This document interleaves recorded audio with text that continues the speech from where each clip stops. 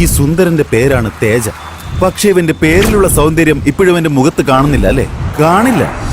എന്തുകൊണ്ടെന്നാൽ ഇനി 10 മിനിറ്റിനുള്ളിൽ അവൻ ആത്മഹത്യ ചെയ്യാൻ പോവുകയാണ്. എന്തുകൊണ്ടെന്നാണോ നിങ്ങൾ ചോദിക്കുന്നത്? ആ ചോദ്യം ചോദിക്കാൻ വേറൊരു ക്യാരക്ടർ വരുന്നുണ്ട്. അത് ഞാൻ തന്നെയാ. എന്റെ പേരാണ് ചണ്ടി. തേജയുടെ കോളേജ് കാലത്ത് ഞാനായിരുന്നു അവന്റെ ബെസ്റ്റ് ഫ്രണ്ട്. ഞങ്ങളെ പറ്റി പറയാനാണെങ്കിൽ ഒരുപാട് പറയാനുണ്ട്. അത്രയ്ക്ക് സമയമില്ലാത്തതുകൊണ്ട് നിങ്ങൾ ഈ സീനൊന്ന് കാണ്, എല്ലാം മനസ്സിലാവും. ഓക്കേ? ഈ മനുഷ്യപുത്രൻ ഈ ഭൂമിയിലെ എല്ലാ സുഖദുഃഖങ്ങളെയും പൂർത്തീകരിച്ച് അവിടുത്തെ തൃപാദങ്ങളിലേക്ക് എത്തിയിരിക്കുകയാണ്.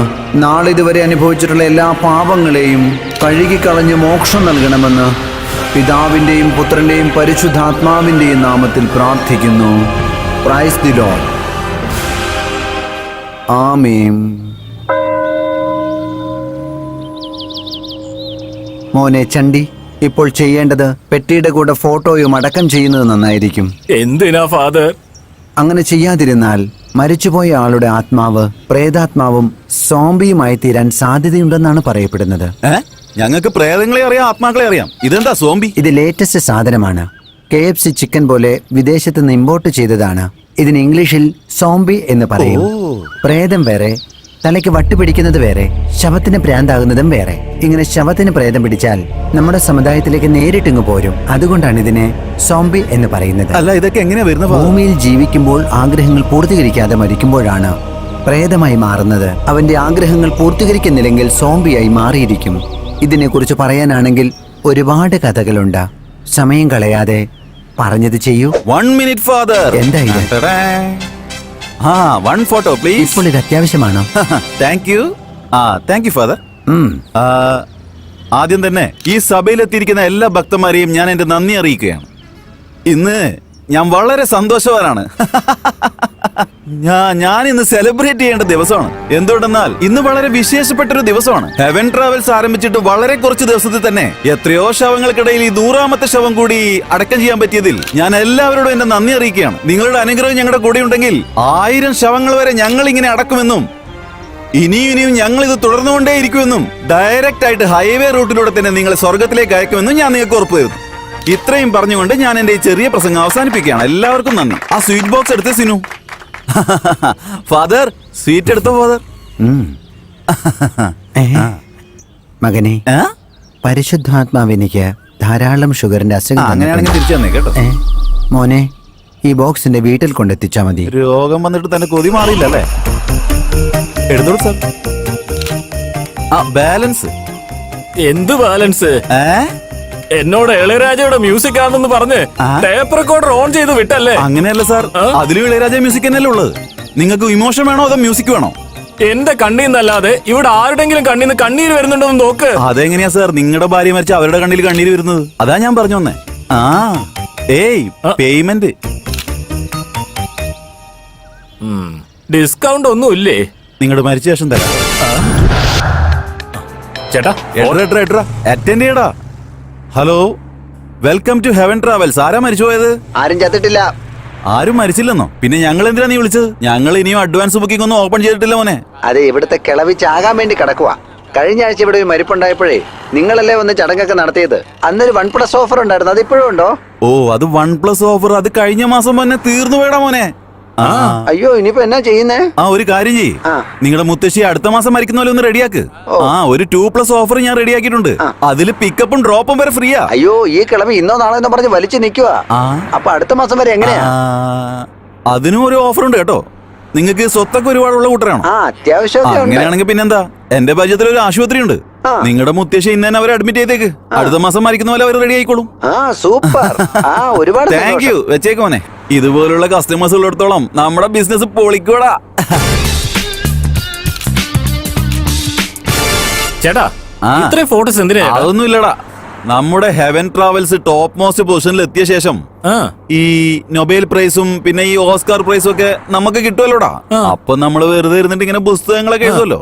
അപ്പൊ നമുക്ക് എന്തെങ്കിലും പ്രൂഫ് വേണ്ടടാ. അതിനാണ് ഇങ്ങനെയൊക്കെ ചെയ്യുന്നത്. എല്ലാത്തിനും ഒരു എവിഡൻസ് വേണം. Auto biography.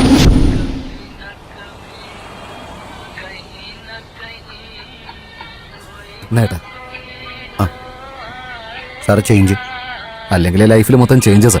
ആ ചില്ലറ താൻ തന്നെ വെച്ചു. ചേട്ടാ ഒരു മിനിറ്റ് ചേട്ടാ.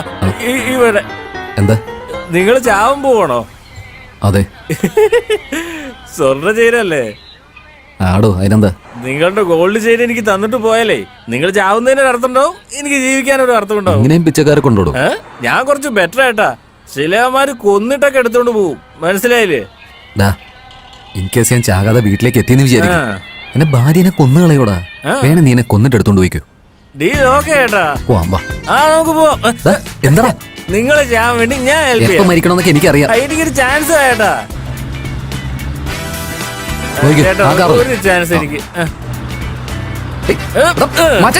ചാവാൻ വേണ്ടിട്ടാണോ രാവിലെ ഇറങ്ങിയിരിക്കുന്നത്? ഒന്ന് ഇടിച്ചിട്ട് പോയിക്കോട്ടോ. നീ എന്തിനാ എന്നെ പുറകെ തള്ളിവിട്ട്? നിങ്ങൾ എന്നെ ചത്തില്ലേട്ടാ? നീക്ക് എന്തൊരു മനുഷ്യനാണ്. ഇത്തവണ ഒരിക്കലും മിസ്സാവില്ല. കൈ വിടാൻ നിന്ന്. ഈ കുടിയന്മാരൊക്കെ എന്റെ കാറുമേ തന്നെയാണല്ലോ ദൈവമേ വന്നു കയറുന്നത്. നിനക്കൊന്നും വിവരമില്ലടാ. സോറി, അറിയാതെ പറ്റിയത്. ഏയ് തേജ, അളിയ നീയാ? നീ എങ്ങനെയാടാ ഇവിടെ എത്തിയേ? നീ ഇനി ചത്തില്ലേ? ആദ്യം ഒന്ന് സംസാരിക്കട്ടാ. നീ ഒന്ന് വെറുതെ ഇരുന്നേ. ഇവനേതാടാ? ആരാന്നറിയില്ല, കുറച്ചേരോട് പുറകെ ഉണ്ട്. എന്താടാ?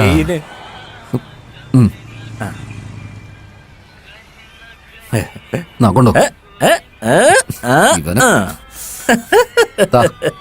താങ്ക്സ് ഏട്ടാ. അയ്യോ, വന്ന് വണ്ടി കയറടാ. ആര് ഞാനോ? ഫോട്ടോഗ്രാഫർ. എന്നെ ഫോട്ടോ എടുക്കാതെ വഴി കിടക്കുന്നതിനാണോ ഫോട്ടോ എടുക്കുന്നത്? വന്ന് കേറടാ.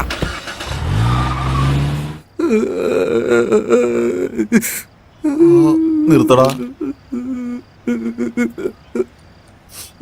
നിർത്താനാടാ പറഞ്ഞേ. നിർത്തടാ. നിർത്താൻ. എന്നാലും ഞാൻ നിന്നെ ഈ അവസ്ഥ കാണാൻ ഒട്ടും പ്രതീക്ഷയില്ല കേട്ടോ. കോളേജ് കാലത്ത് നീ ഷോർട്ട് ഫിലിമിലൊക്കെ കോമഡി ഹീറോ ആയിട്ട് തിളങ്ങിയായിരുന്നില്ലേ?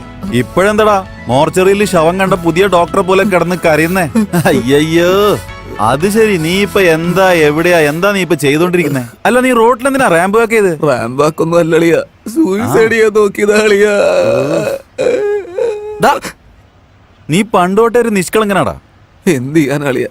ഈ കാര്യം എന്നോട് ഒരുപാട് ആളുകൾ പറഞ്ഞിട്ടുണ്ട്. പക്ഷെ ഞാൻ അതൊന്നും വിശ്വസിക്കാതെ അങ്ങനെ ജീവിച്ചു പോയാളിയാ. ഇടം നിർത്താൻ. രണ്ട് പെഗ് വെച്ച് കൊടുത്താ അവനെല്ലാം പറഞ്ഞു തീർത്തോളൂ.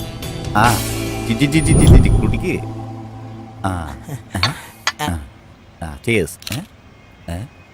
ഓക്കെ, നിനക്കൊരു മാറ്റമില്ല. നീ പഴയ പോലെ തന്നെ ഒറ്റയടിക്ക് തീർക്കുമല്ലേ? ആത്മഹത്യ ചെയ്യാൻ എന്താ കാരണം? അതൊരു വലിയ കഥയാളിയാ. ഓ, അതൊരു വലിയ കഥയാണോ? ഫുള്ളായിട്ട് പറഞ്ഞാൽ ലേഖായിപ്പോ. എനിക്ക് സിമ്പിളായിട്ട് ഇലക്ട്രിക് മെഷീനിൽ ശവം വെച്ച പോലെ ഇരിക്കണം. വെച്ചപ്പോ തന്നെ ചാമ്പലായിട്ട് കൈ കിട്ടുന്ന പോലെ. സ്റ്റാർട്ട്, തുടങ്ങിയോ? നിനക്ക് നമ്മുടെ കോളേജ് ഡേയ്സ് ഓർമ്മയുണ്ട്? College days? എനിക്ക് എങ്ങനെയാടാ ഓർമ്മയില്ലാണ്ടിരിക്കുക? ആ നാളുകളില് എസ്പെഷ്യലി ആ ഷീല മാഡം, ആ ചുവന്ന ചുണ്ടുകൾ, പിന്നെ ആ ചുവന്ന ചുണ്ടിലിടുന്ന സ്ട്രോബെറി ലിപ്സ്റ്റിക്ക്, പിന്നെ അവരുടെ ഭംഗിയുള്ള ശബ്ദം, പിന്നെ വളരെ ഭംഗിയുള്ള അവരുടെ അരക്കെട്ട്. അവര് നടന്നു വരുന്ന കണ്ട ഒരു സണ്ണി ലിയോൺ വരുന്ന പോലെ ഉണ്ടല്ലടാ. എന്തൊക്കെയാണ് പറയുന്നത്? ലൈബ്രറിയിൽ വെച്ച് അവര് ചെരുപ്പ് വരെ മോത്തടിച്ചല്ലേ? അപ്പൊ ഷീല മാം സണ്ണി ഇടിയോൾ എന്ന് പറഞ്ഞിട്ട് ഇപ്പൊ എന്താ സണ്ണി ലിയോൺ എന്നൊക്കെ? നീ ഒന്നും വേണ്ടാണ്ടിരുന്നേ. ഇപ്പൊ അതൊക്കെ എടുത്തു വരേണ്ട കാര്യമുണ്ടോ? മാറ്ററിലോട്ട് വാടാ. നീ എടുത്തേ. ഫ്ലാഷ് ബാക്കിലേക്ക് നോക്കിയേ.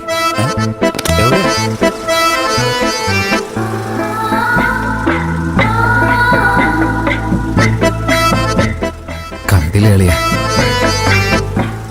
താമരപ്പൂ പോലത്തെ കണ്ണുകൾ, 1000 വീണകൾ ഒന്നിച്ച് വായിക്കുമ്പോഴുണ്ടാകുന്ന ശബ്ദം, പൂർണ്ണചന്ദ്രനെ പോലെ നല്ല ഭംഗിയുള്ള ചിരി, മാർബിളിൽ കുത്തിയ ശില്പം പോലെ ഒരു രൂപം.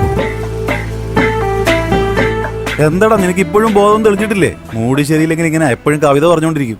അതെന്റെ ക്യാരക്ടറിന്റെ കുഴപ്പമില്ലേ? വേറെ വഴിയൊന്നുമില്ലേ? ശരി, എന്നാ പറ. സാർ, ഫ്രെയിമിന്റെ ഉള്ളിൽ സിംഗിൾ കളർ മാത്രമല്ലല്ലോ, ബജറ്റിന്റെ പ്രോബ്ലം ആണോ? നിനക്കിത് അറിയണം നിർബന്ധമാണോ? എന്താ, നിനക്കിത് പ്രൊഡ്യൂസ് ചെയ്യണോ? ശവപ്പെട്ടിക്കായിട്ട് വരുന്നവനല്ലേ നീ? വായടച്ചിട്ട് കേക്കടാ. That is called our point of view. When you are not educated, education is a must educated. Watch there.